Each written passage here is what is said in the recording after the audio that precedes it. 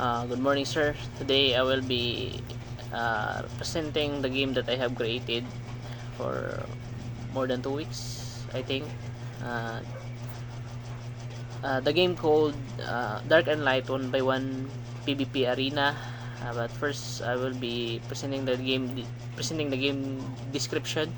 So, one is choose your side and roll, which means you can choose your side either dark or light and roll like marksman, tank, etc., assassin, yeah, something like that. And each characters or one of 6 roles each with distinct stats and skills. And then number 2, strategic skill use, which is plan your moves carefully, use basic attacks, weaken your opponent, and or unleash your ultimate skills at the right moment. And then number 3 is dynamic turn-based combat.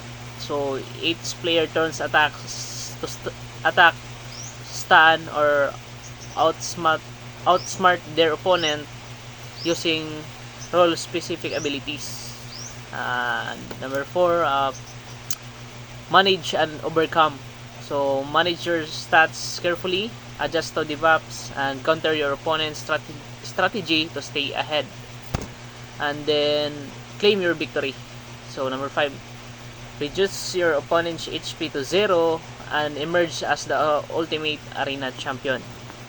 And next will be the features. So skills of progression system, which players must strategically use basic skills before unlocking their ultimate, adding depth and planning to every turn. And then number 2, dynamic role-based debuff. So each skills can impact your opponents with a unique effects like reducing armor or agility, stunning and slowing them, making every roll feel impactful.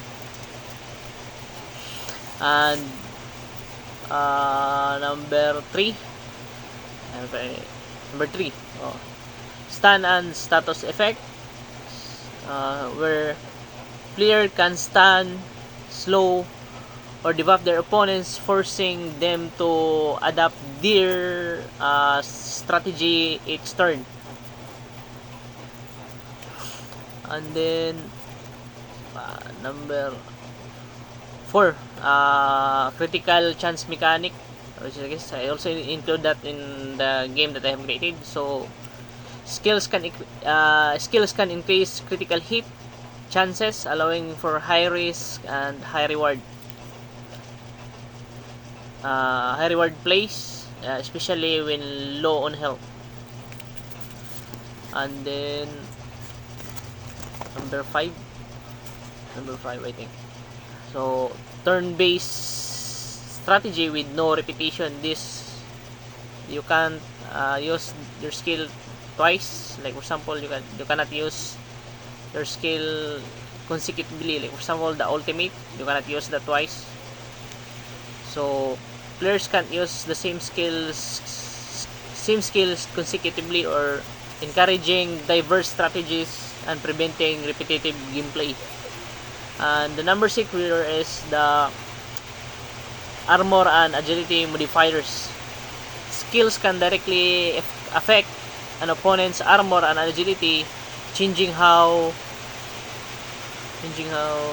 they define and evade attacks during the battle. And that's it.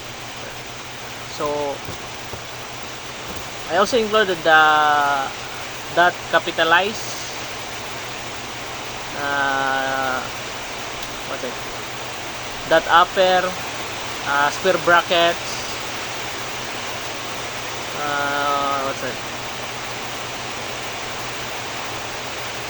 the game battle loop.